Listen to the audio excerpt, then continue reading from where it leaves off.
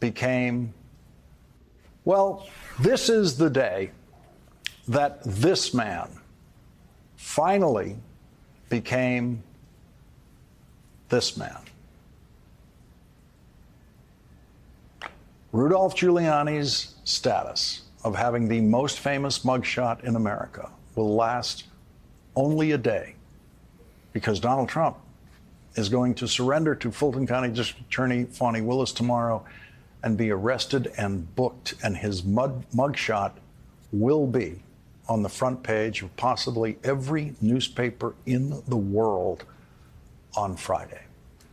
Donald Trump's mugshot will be in history books. It will become the most widely seen single photograph of Donald Trump's entire life, possibly the most widely seen photograph of any American president in history. It will be the photograph that defines his life and his presidency for hundreds of years. That photograph of Donald Trump tomorrow will be the greatest humiliation Donald Trump has suffered in these 77 years of his relentlessly humiliating life. Surrender is the word, the legal word, for what Donald Trump will do tomorrow. Today was a very busy day of surrender and losing for Donald Trump's co-defendants in the Georgia case.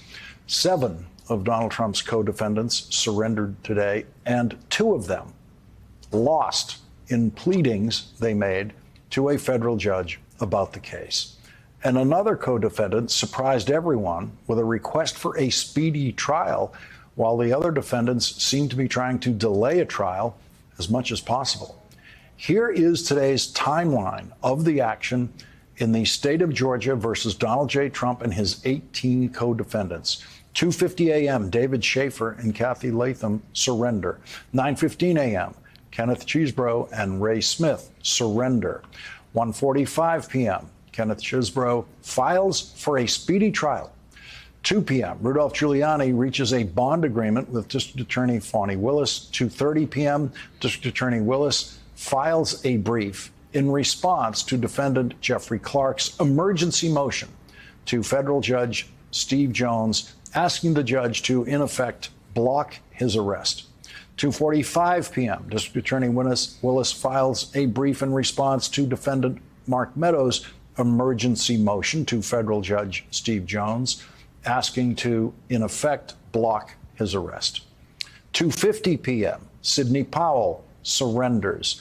3:06 p.m., Rudolph Giuliani surrenders. 4:38 p.m., Jenna Ellis surrenders. 5 p.m., Judge Jones denies Jeffrey Clark's emergency motion. 5:40 p.m., Judge Jones denies Mark Meadows' emergency motion. 7:15 p.m., District Attorney Willis files a brief in response to Mark Meadows' request to remove his case to federal court.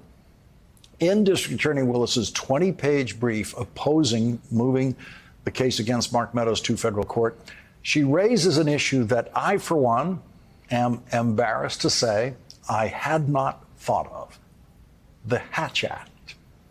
The Hatch Act, sitting right there, didn't think of it.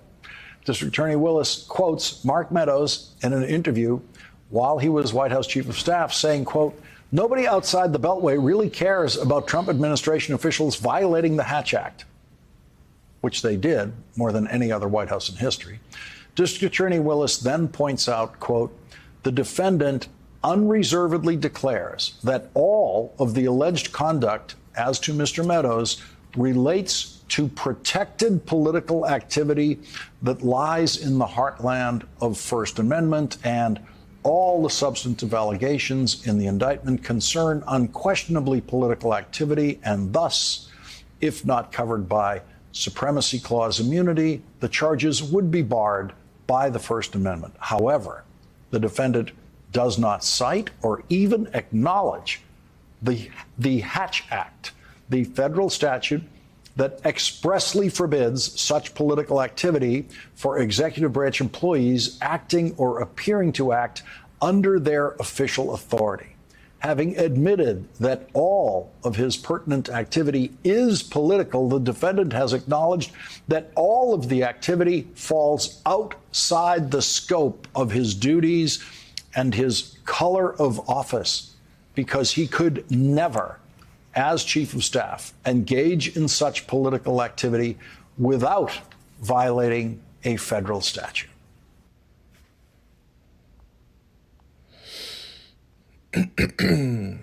Rudy Giuliani mugshot. This is the same devil right there. It's the same devil. This wicked, hateful devil that came against the Israelites up in there in New York was coming against the Israelites with these laws, this RICO Act. Now he's being charged for racketeering and certain things he's being charged.